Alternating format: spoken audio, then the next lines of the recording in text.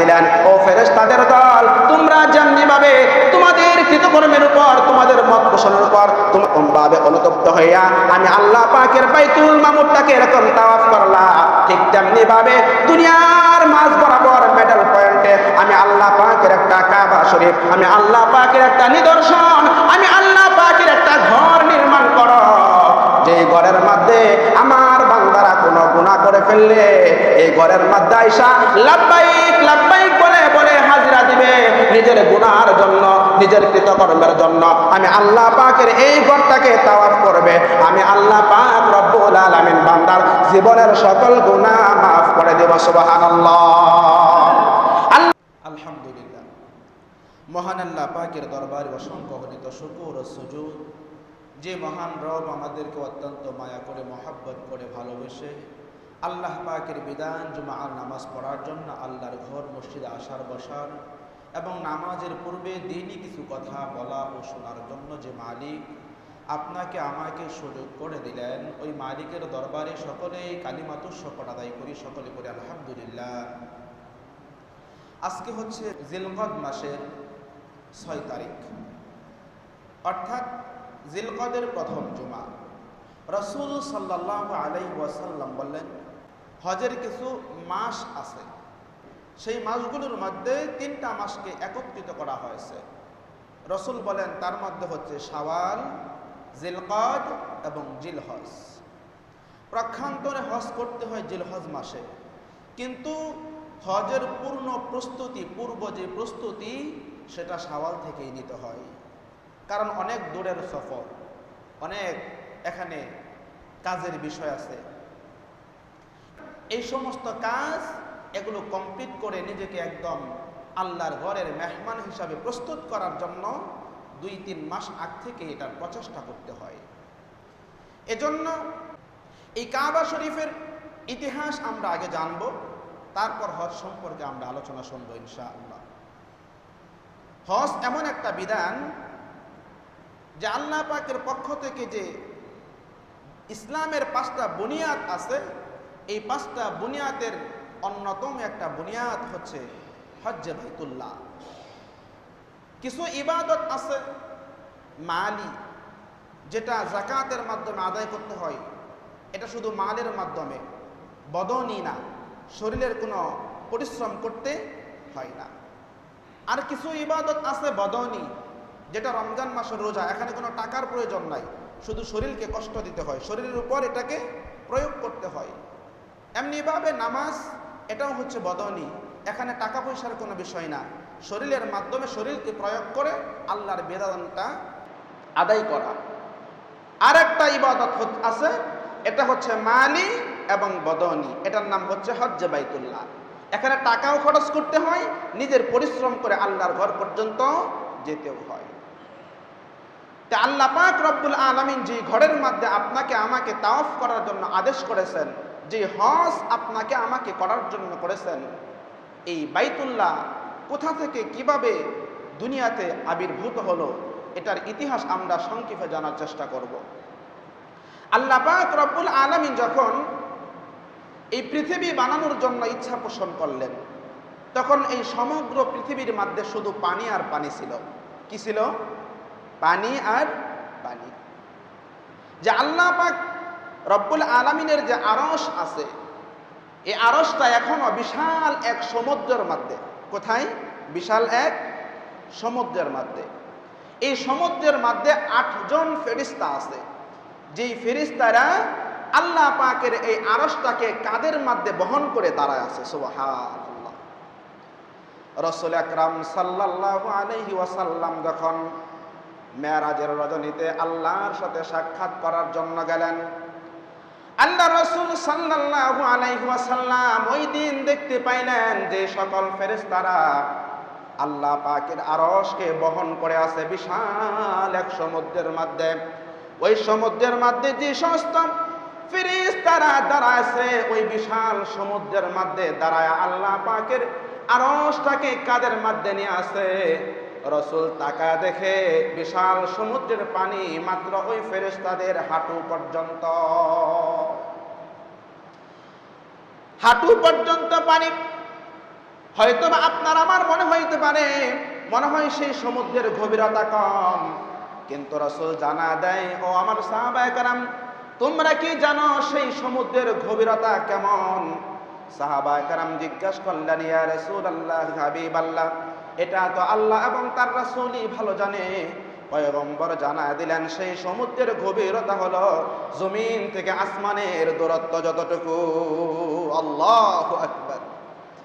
জমিন থেকে আসমান পর্যন্ত যতটুকু দূরত্ব হয়, ওই সমুদ্রের গভীরতা তত বড়। ওই গভীরতার মধ্যে, ওই সমুদ্রের মধ্যে দাঁড়াইয়া এরকম ভাবে ফেরেশতারা আল্লাহ পাকের আরশটাকে এরকম ভাবে নিয়ে দাঁড়ায় আছে। তাহলে বুঝেন এবার ওই সমুদ্রটা কত বড়। আল্লাহ রাসূল সাল্লাল্লাহু আলাইহি ওয়াসাল্লাম জানা দেয়, তোমরা কি জানো আসমান থেকে, জমিন থেকে আসমান পর্যন্ত দূরত্ব কত? রাসূল জানা দেয়, সবচাইতে দ্রুতগামীর কোন বাহন দিয়া তোমরা যদি জমিন থেকে আসমান পর্যন্ত যাইতে চাও, তারপরেও তোমাদেরকে 500 বছরের রাস্তা, 500 বছর সময় লেগে যাবে ওই আসমান পর্যন্ত পৌঁছতে।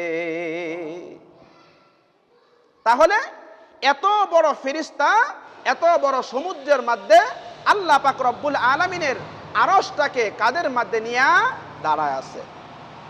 আল্লাহ পাক রব্বুল আলামিন যখন এই দুনিয়াটাকে এরকম ভাবে সৃষ্টি করার জন্য এরকম ভাবে ইচ্ছা পোষণ করলেন, আল্লাহ পাক রব্বুল আলামিন এই পানির মধ্যে তার কুদরতি দৃষ্টি যেই জায়গার মধ্যে এরকম ভাবে দিলেন, ওই জায়গার মধ্যে পানির তরঙ্গ শুরু হয়ে যায়, পানি ঘুরপাক খাইতে শুরু করে দেয়।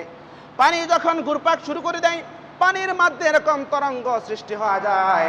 তরঙ্গ সৃষ্টি হওয়ার কারণে পানির মধ্যে ফেনা সৃষ্টি হইতে শুরু করে দেয়। আপনারা দেখে থাকবেন, নদীর মধ্যে যখন কোনো বাতাস আইসা পানির মধ্যে ঢেউ দিতে শুরু করে, এরকম সাগরের পাড়গুলোতে দেখবেন পানির ঢেউয়ের কারণে বিশাল ফেনা জমে গেছে। আল্লাহ রাব্বুল আলামিনের সেই কুদরতি দৃষ্টি যখন সেই পানির মধ্যে পড়লো, পানির মধ্যে ফেনার আবির্ভাব হয়ে যায়, আর একে একে এই ফেনা গাঢ় হইতে হইতে মাটিতে রূপান্তরিত হয়ে যায়। সুবহানাল্লাহ। অতঃপর আল্লাহ পাক রব্বুল আলামিন হযরত জিবরাইল আলাইহিস সালাতু ওয়াস সালামকে বললেন, ও জিবরাইল, যাও যাও যাও, এই মাটিটাকে সমগ্র পৃথিবী পানির উপরে এরকম ভাবে বেলুনের মতো সুন্দর করে বিছায়া দাও। সুবহানাল্লাহ। আল্লাহ রাব্বুল আলামিন বলেন, আলাম নাজআলিল আরদা মিহাদা ওয়াল জিবালা আওতাদা। আল্লাহ রাব্বুল আলামিন বলেন, আমি আল্লাহ পাক রব্বুল আলামিন কি তোমাদের জন্য এই জমিনটাকে বিছানা স্বরূপ বানায় দেই নাই? এবং এই জমিনটা যখন এরকম পানির মধ্যে হেলতে দুলতেছিল, আল্লাহ পাক রব্বুল আলামিন এই জমিনকে স্থির থাকার জন্য জায়গায় জায়গায় আল্লাহ পাক পাহাড়কে স্থাপন করে দিলেন। পাহাড় স্থাপন করার সঙ্গে সঙ্গে জমিন সুন্দর করে স্থির হয়ে গেল। আল্লাহ এটাও বলেন, ওয়াল জিবালা আওতাদা, আমি আল্লাহ কি তোমাদের জন্য পাহাড়কে নির্মাণ করে দেই নাই জমিন যাতে স্থির থাকে? এরপর যখন এই জমিনটা সুন্দরভাবে স্থির হয়ে গেল, আল্লাহ পাক রব্বুল আলামিন এই জমিনের মধ্যে প্রতিনিধি পাঠানোর ইচ্ছা পোষণ করলেন। আল্লাহ পাক রব্বুল আলামিন জিন জাতিকে সৃষ্টি করিয়া এই জমিনের মধ্যে পাঠা দিলেন। আল্লাহ রব্বুল আলামিন এটাও বললেন, ওয়া মা খালাকাতুল জিন্না ওয়াল ইনসা ইল্লা লিয়াবুদুন। আল্লাহ রাব্বুল আলামিন বলেন, আমি আল্লাহ পাক রব্বুল আলামিন জিন এবং ইনসানকে সৃষ্টি করেছি একমাত্র আমি আল্লাহর গোলামি করার জন্য। এরপর যখন জিন জাতিদেরকে আল্লাহ পাক রব্বুল আলামিন বিশাল হায়াত দিয়া তাদেরকে জমিনের মধ্যে পাঠায় দিলেন, এরকম জিন জাতি বিশাল হায়াত পায়া 2000-3000 বছর পর্যন্ত হায়াত পায়া বিশাল দেহের অধিকারী হইয়া তারা দুনিয়ার মধ্যে রাজত্ব শুরু করে দিল, অন্যায় ফাসাদ শুরু করে দিল, কাটাকাটি, মারামারি, হানাহানি, ঝগড়া বিবাদ এরকম লিপ্ত হয়ে গেল। তারা আল্লাহ পাকের নাফরমানি করতে করতে তারা আল্লাহ পাকের সীমা লঙ্ঘন করে ফেললেন। আল্লাহ বড় রাগান্বিত হয়ে গেলেন। রাগান্বিত হইয়া জিবরাইলকে পাঠিয়ে দিলেন, জিবরাইল যাও যাও যাও, এই নাফরমানদেরকে আমি দুনিয়াতে পাঠাইলাম আমি আল্লাহ পাকের ইবাদত করার জন্য, কিন্তু এই নাফরমানের দল দল আমি আল্লাহ পাকের দেওয়া হায়াত পায়া তারা দুনিয়ার মধ্যে নাফরমানি শুরু করে দিছে। সুতরাং তোমরা এক কাজ করো, এই নাফরমানের দলকে এত তাড়াতাড়ি এই দুনিয়ার জমিন খালি করতে বলো। আল্লাহ জিবরাইলকে বললেন, আমি জিন জাতিকে দুনিয়াতে পাঠাইলাম আমার ইবাদত করার জন্য, কিন্তু তারা লম্বা 2-3 হাজার বছর পর্যন্ত হায়াত পায়া এবং বিশাল দেহের অধিকারী, হ্যাঁ, এরকম এক একটা জিন জমিনে দাঁড়াইলে প্রায় আসমান পর্যন্ত চলে যায়। এজন্য অনেক সময় অনেক জিন কি করত, আসমানের মধ্যে কান লাগায়া আল্লাহ পাকের সেই ফেরেশতাদের সঙ্গে যে গোপন কথা বলতেন এগুলো তারা শুনে জমিনে প্রচার করে দিত। আল্লাহ পাকের আদেশে হযরত জিবরাইল আলাইহিস সালাতু ওয়াস সালাম যখন এরকম ভাবে জিন জাতির কাছে আসলেন, আসার পর লাঠি পিটা শুরু করলেন। লাঠি দিয়া এমন পিটানো শুরু করে দিলেন, এমন ধুলাই করতে শুরু করে দিলেন, সমস্ত জিন জাতি দুনিয়ার জমিন থেকে পালায়ন করে সমুদ্রের সেই গহীন তলে চলে গেল। কেউ কেউ পাহাড়ের কাছে চলে গেল, কেউ কেউ গভীর জঙ্গলের মধ্যে চলে গেল। অর্থাৎ যে জায়গায় মানুষ বসবাসের উপযুক্ত এমন জায়গা জিন জাতি এরকম খালি করে দিল, সেখানে আর কোনো জিন জাতি রইল না। এরপর আল্লাহ রাব্বুল আলামিন ফেরেশতাদেরকে পাঠাইলেন, যাও ফেরেশতাদের দল যাও, যেই জিন জাতিকে আমি আল্লাহ পাক দুনিয়াতে ইবাদত আর বন্দেগী করার জন্য পাঠাইছিলাম, সেই জিন জাতি আমি আল্লাহ পাকের নাফরমানি করতে করতে জমিনটাকে অপবিত্র বানায় ফেলছে। এবার তোমরা যাও এই জমিনের মধ্যে যাইয়া আমি আল্লাহ পাকের জিকির আজকার করো, আমি আল্লাহ পাকের ইবাদত আর বন্দেগীর মধ্যে লেগে যাও। এবার ফেরেশতারা জমিনের মধ্যে আইসা আল্লাহ পাকের ইবাদত করতে শুরু করে দেয়। সুবহানাল্লাহ সুবহানাল্লাহ, আলহামদুলিল্লাহ আলহামদুলিল্লাহ, আল্লাহু আকবার আল্লাহু আকবার, লা ইলাহা ইল্লাল্লাহ।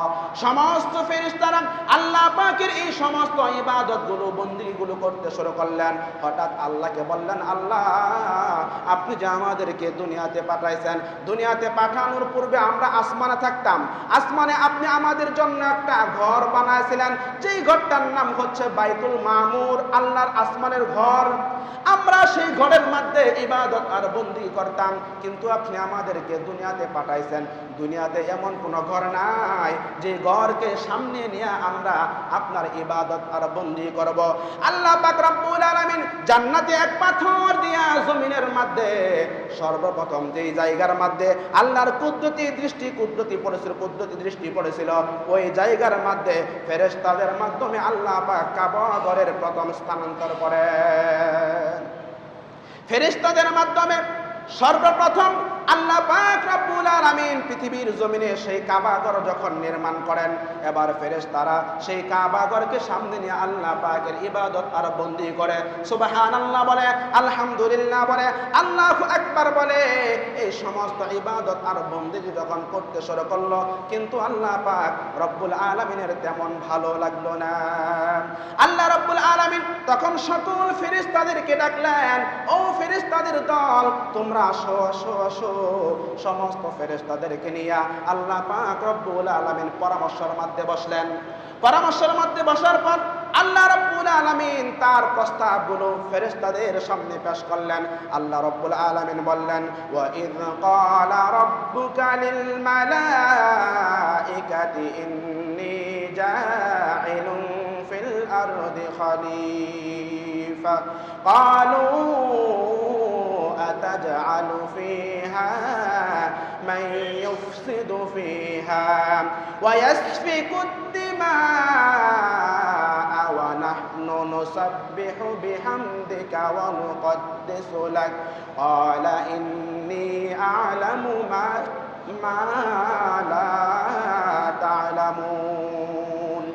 আল্লাহ রাব্বুল আলামিন বলেন, হে রাসূল আপনি স্মরণ করুন সেই দিনের কথা যেদিন আপনার রব ফেরেশতাদেরকে প্রস্তাব করলেন وإذ قال ربك للملائكة إني جاعل في الأرض خليفة ও ফেরেশতাদের দল, আমি তো দুনিয়াতে আমার প্রতিনিধি খলিফা প্রেরণ করতে চাই, আমি তো মানুষ জাতি বানাইতে চাই, আমি আমার পক্ষ থেকে প্রতিনিধি দুনিয়াতে পাঠাইতে চাই, যে মানুষ আমি আল্লাহ পাকের হকের দাওয়াত দিবে, যে মানুষ আমি আল্লাহকে আল্লাহ হিসাবে মেনে নেবে, যে মানুষ আমি আল্লাহর কুদরতি পায়ে সাজদা দিবে, যে মানুষ সর্বক্ষণ এরকম ভাবে আমি আল্লাহ পাকের গোলামি করবে, যে মানুষের মধ্যে আমি দুইটা গুণ দিব, একটা হলো নফসানিয়ত আর একটা হলো উবুদিয়ত, আমি আল্লাহ পাক এই দুইটা গুণ দিয়া মানুষকে দুনিয়ার মধ্যে প্রেরণ করতে চাই।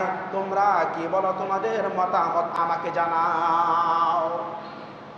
ফেরেশতাদেরকে যখন আল্লাহ পাক রব্বুল আলামিন এই প্রস্তাব করলেন, ফেরেশতারা ডাক দিয়া বললেন, ক্বালু আতাজআলু ফিহা মান ইউফসিদু ফিহা ওয়া ইয়াসফিকুদ দিমা।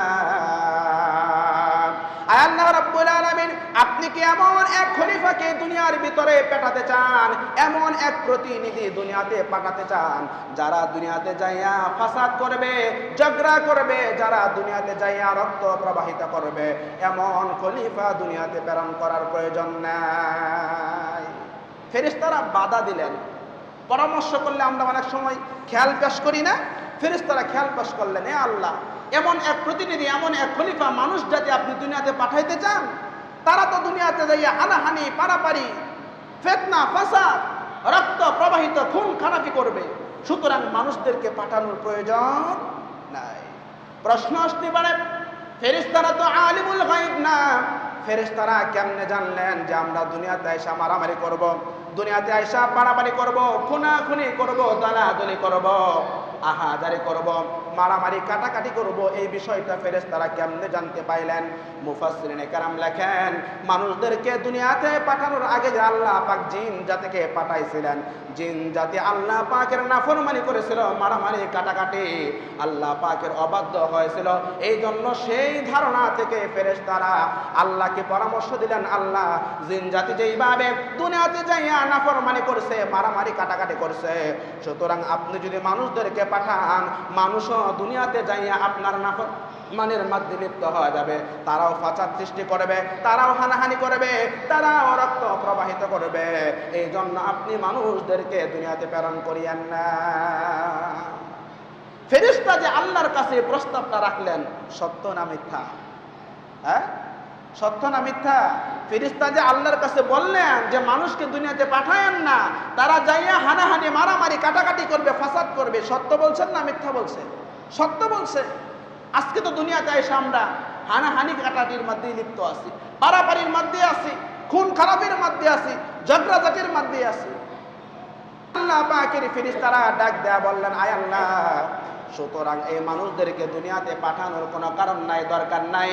ওয়া নাহনু নুসাব্বিহু বিহামদিকা ওয়া নুকদ্দিসু লাক, কারণ আপনার পবিত্র প্রশংসা বর্ণনা করার জন্য, আপনার ইবাদত বন্দি করার জন্য আমরা ফেরেশতারা যেহেতু আছি, সুতরাং দুনিয়াতে মানুষ প্রেরণ করার দরকার নাই।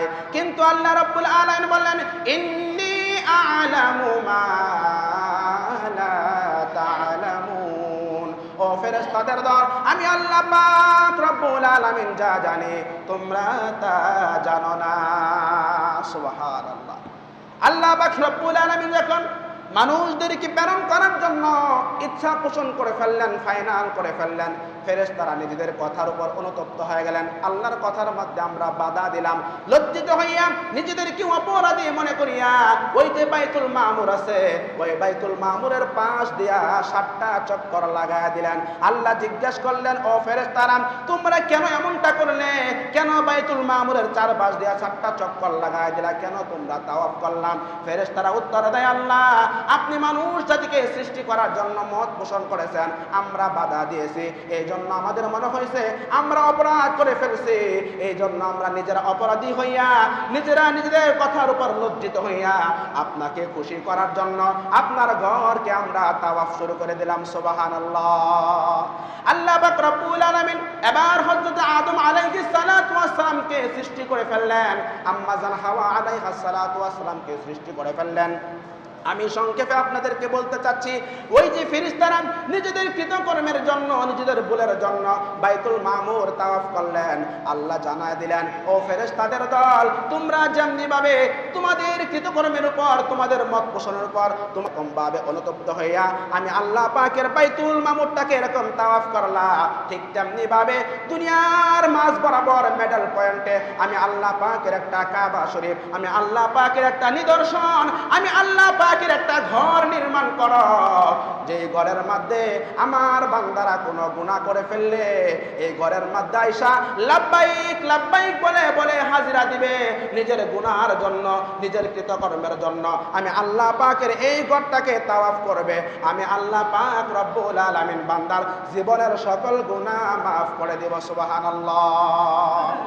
আল্লাহ পাক রব্বুল আলামিন প্রথম তরফায় ফেরেশতাদের মাধ্যমে আল্লাহর এই ঘরকে নির্মাণ করলেন, এরপর হযরত আদম আলাইহিস সালাতু ওয়াস সালামের মাধ্যমে দ্বিতীয়বার এই ঘরকে সংস্কার করলেন।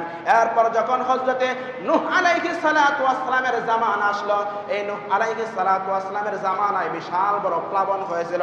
আমরা সকলে জানি, যখন এই বিশাল বড় প্লাবন হয়ে যায়, সমগ্র পৃথিবীর মধ্যে পানি আর পানি হয়ে যায়, তখন আল্লাহ পাক রব্বুল আলামিন আল্লাহ পাকের এই কাবা ঘরের যে মেইন জিনিসটা জান্নাতে এই পাথর, এই জান্নাতি পাথরকে আল্লাহ পাক রব্বুল আলামিন চতুর্থ আসমানে উঠায় নেয়। সুবহানাল্লাহ।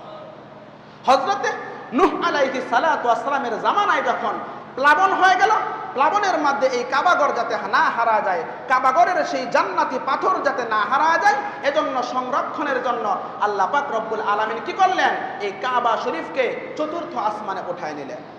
এরপর যখন প্লাবন শেষ হয়ে গেল, হযরত ইব্রাহিম আলাইহিস সালাতু ওয়াস সালামের জামানা চলে আসলো, তখন আল্লাহ পাক রব্বুল আলামিন হযরত ইব্রাহিম এবং ইসমাঈল আলাইহিস সালাতু ওয়াস সালামকে আল্লাহর এই কাবা ঘর পুনরায় নির্মাণ করার আদেশ দিয়ে দেন। সুবহানাল্লাহ। আল্লাহ পাক রব্বুল আলামিন বলেন, ওয়া ইয ইয়ারফাউ ইব্রাহিমুল কাওয়াইদা মিনাল বাইতি ওয়া ইসমাঈল রব্বানা تقبل منا إنك أنت السميع العليم। আল্লাহ রাব্বুল আলামিন বলেন, স্মরণ করো যখন হযরত ইব্রাহিম আলাইহিস সালাতু ওয়াস সালাম এবং তার সন্তান ইসমাঈল আলাইহিস সালাতু ওয়াস সালাম কাবাঘরের বৃত্তগুলা, কাবাঘরের ওয়ালগুলা সুন্দরভাবে স্থাপন করতেছিল, যখন আল্লাহ পাকের আদেশে হযরত ইব্রাহিম আলাইহিস সালাতু ওয়াস সালাম কাবাঘরের ঈদ এরকম গাঁথুন শুরু করলেন, এক পর্যায়ে যখন এমন স্থানে পড়ে গেলেন যে হযরত ইব্রাহিম এবং ইসমাঈল সেটা আর লাগত পাচ্ছেন না, তখন আল্লাহ পাক রব্বুল আলামিন বলেন, ও ইব্রাহিম, এই যে মাকাম ইব্রাহিম আছে, মুসাল্লা আছে, জান্নাতে যে পাথর আছে, তুমি এই পাথরের মধ্যে দাঁড়াও। এই পাথরের মধ্যে দাঁড়াইলে এই পাথর অটোমেটিক লিফটের মতন তোমাকে যেখানে যাওয়ার দরকার এই পাথর কুদরতিভাবে তোমাকে সেইখানে নিয়ে যাবে। সুবহানাল্লাহ। পাথর কি বলতে হয় না আমাকে এক হাত উপরে নিয়ে যাও, দুই হাত উপরে নিয়ে যাও, এমনটা বলতে হয় না। ইব্রাহিম আলাইহিস সালাতু ওয়াস সালামের যেই পর্যন্ত উচ্চতায় যাওয়া প্রয়োজন, পাথর অটোমেটিক হযরত ইব্রাহিমকে সেই পর্যন্ত নিয়ে যায়।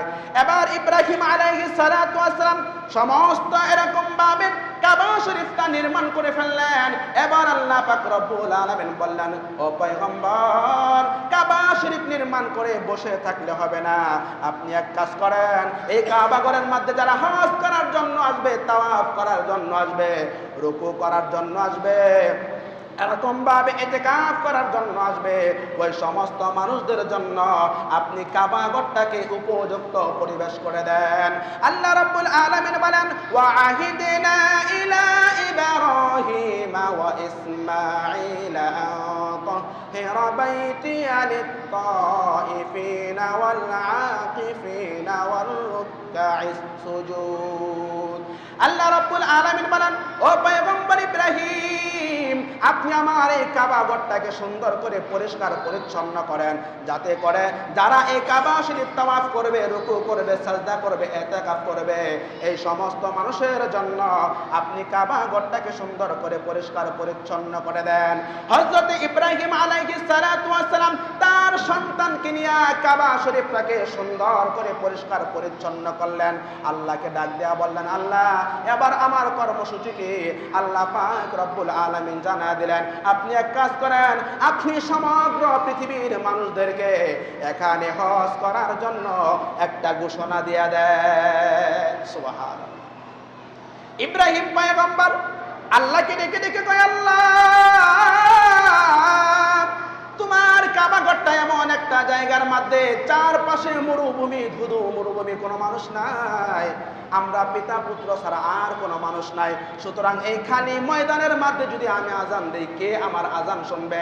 আল্লাহ জানা দিলেন, পয়গম্বর আজান দেওয়ার দায়িত্ব আপনি পয়গম্বরের। এই আজানের বাক্য, এই আজানের শব্দ পৃথিবীর প্রত্যেকটা কর্ণকুহরে পৌঁছে দেওয়ার দায়িত্ব হলো আমি আল্লাহর।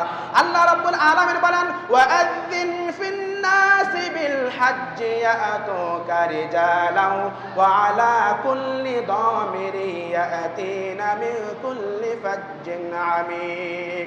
ও পয়গম্বর আপনি আজান দিয়ে দেন, আজানের শব্দগুলো, আজানের বাক্যগুলো প্রত্যেকটা মানুষের কানের মধ্যে আমি পৌঁছা দেব। মুফাসসিরিনে কেরাম বলেন, হযরত ইব্রাহিম আলাইহিস সালাতু ওয়াস সালাম যখন আজান দিয়েছিলেন, ওই সময় পৃথিবীতে যত মানুষ ছিল প্রত্যেকটা মানুষের কানের মধ্যে আল্লাহ পাক রব্বুল আলামিন পয়গম্বর ইব্রাহিমের আজানের বাক্যগুলো পৌঁছে দিয়েছিলেন। সুবহানাল্লাহ। শুধু তাই নয়, যেই সমস্ত মানুষেরা, অর্থাৎ আপনি আমি তখন দুনিয়াতে ছিলাম না, আপনি আমি তখন রূহের জগতে ছিলাম, পয়গম্বর সাল্লাল্লাহু আলাইহি ওয়াসাল্লাম জানা দেয় ওই সময় যারা রূহের জগতেও ছিল, আল্লাহ পাক ইব্রাহিমের সেই আজানের ধ্বনি ওই রূহের জগতে প্রত্যেকটা রূহের কানের মধ্যে পৌঁছায় দিয়েছে। ওই রূহের জগতে থাকা অবস্থায় যেই ব্যক্তি ওই পয়গম্বর ইব্রাহিম আলাইহিস সালাতু ওয়াস সালামের আজানের জবাবগুলো লাব্বাইক লাব্বাইক বলে যে যতবার দিয়েছিল, সে ততবার মৃত্যুর আগ পর্যন্ত সে ততবার হজ করার সুযোগ পাবে। সুবহানাল্লাহ। হযরত ইব্রাহিম আলাইহিস সালাতু ওয়াস সালামের সেই আজানের জবাব যে যতবার দিয়েছিল, সে ততবার হজ করার সুযোগ পেয়ে যাবে। এজন্য মুসলমান বাবারা, ওই কাবা শরীফ হচ্ছে আমাদের আসলিয়া, আমাদের সৃষ্টির রহস্য, মূল গোড়া। অতঃপর যখন কাবা শরীফ নির্মাণ করে শেষ, কিছু পাথরের অংশ বেড়ে গেলেন, আল্লাহকে জিজ্ঞেস করলেন, এত দামি জিনিস, এটা আমি কি করব? আল্লাহ জানায় দিলেন, তুমি কি করো? সমস্ত পৃথিবীর মধ্যে এইভাবে নিক্ষেপ করো। নিক্ষেপ করার পর এই পাথরের কণা সমগ্র পৃথিবীর মধ্যে ছিটায় ছিটায় পড়ছে। আপনার আমার এখানেও কি একটা পাথরের কণা পড়ছিল, বিদায় একটা মসজিদ হয়েছে। কিয়ামত পর্যন্ত যেখানে একটা মসজিদ হবে, বুঝতে পারবেন সেখানে সেই কাবা ঘরের একটা অংশ আছে। তার মানে আল্লাহর এই ঘর, এই মসজিদ কাবা শরীফের একটা অংশ।